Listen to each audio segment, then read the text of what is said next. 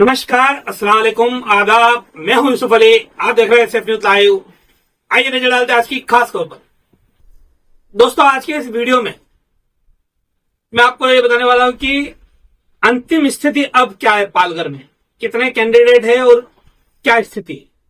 उसके साथ पालघर जिले में इस समय एक बड़ा मुद्दा है, वाड़वन बंदर। उस वाड़वन बंदर को लेकर चर्चा करने वाला हूं। तो पहले बात करते हैं कि इस समय पालघर जिले में पालघर लोकसभा सीट के लिए अंतिम स्थिति क्या है।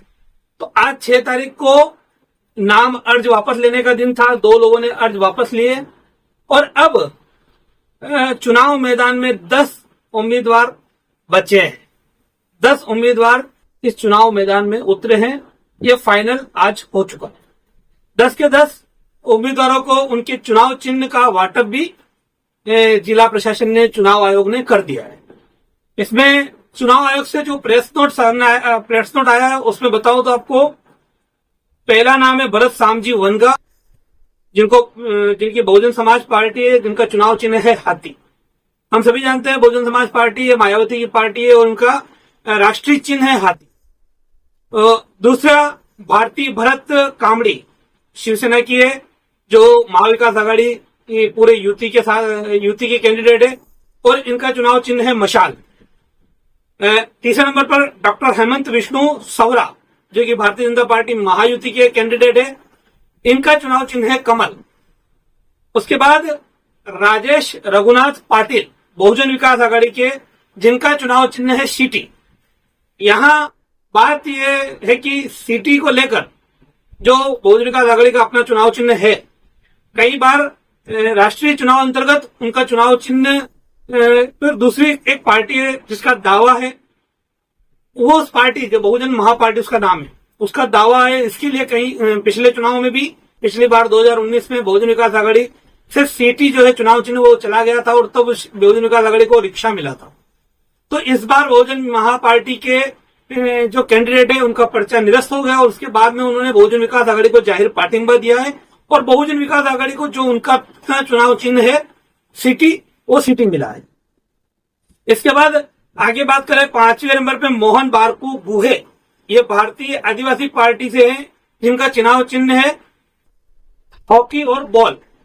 उसके बाद कॉमरेड राहुल मेड़ा, मार्क्सवादी Lenin party of India red flag, इनका चुनाव चिन्ह है बैट। अगली कैंडिडेट है विजया राजकुमार महात्रे, वंचित बहुजन आघाड़ी से, इनका चुनाव चिन्ह है गैस सिलेंडर। अगला जो प्रत्याशी है वो अमर किशन कौले, ये अपक्ष है, जिनको बैटरी टॉर्च इनका चुनाव चिन्ह है। एक है दिनकर दत्तात्रेय वाढ़ान, ये भी अपक्ष है, निर्दलीय है, इनका चुनाव चिन्ह है विहीर यानी कुएं को विहीर कहा जाता मराठी में। और अंतिम जो प्रत्याशी है, 10वां प्रत्याशी, वो मीना किशोर भड़, ये भी अपक्ष है, निर्दलीय है, इनको खाट मिला है। इस तरह से अंतिम 10 जने जो है वो अब इस चुनाव मैदान में आने वाली 20 तारीख को अपनी किस्मत आजमाएंगे।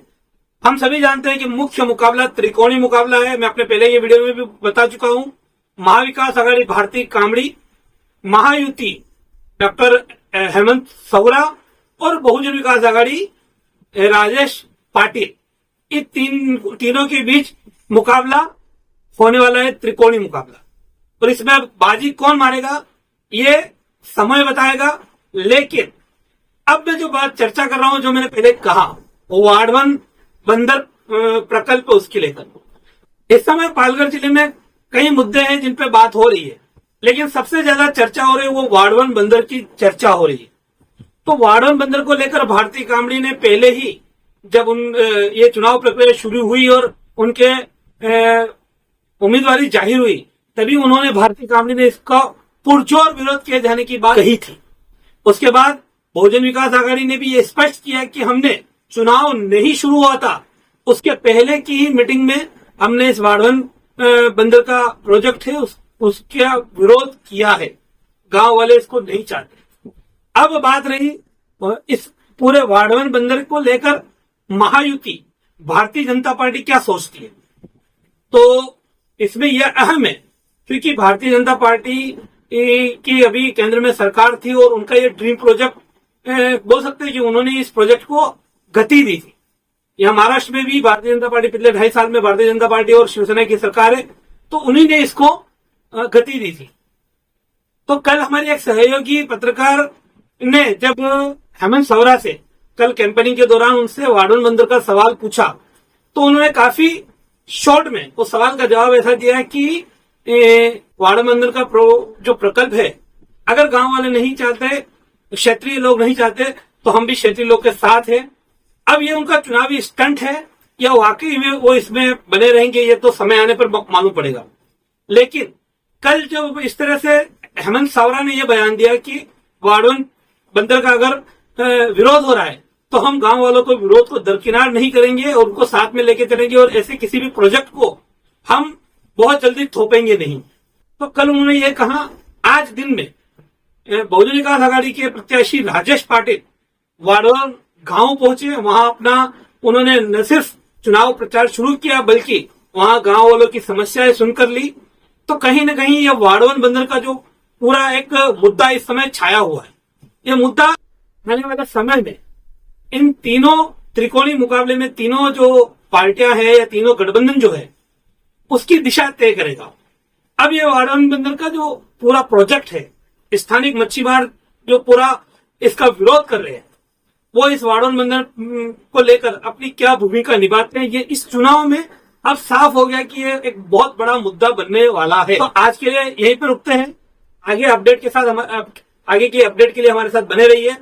नमस्कार। हमारे चैनल सैफ न्यूज लाइव पर अपने व्यापार और सेवा से संबंधित विज्ञापन प्रसारण हेतु दिए गए मोबाइल नंबर पर संपर्क करें।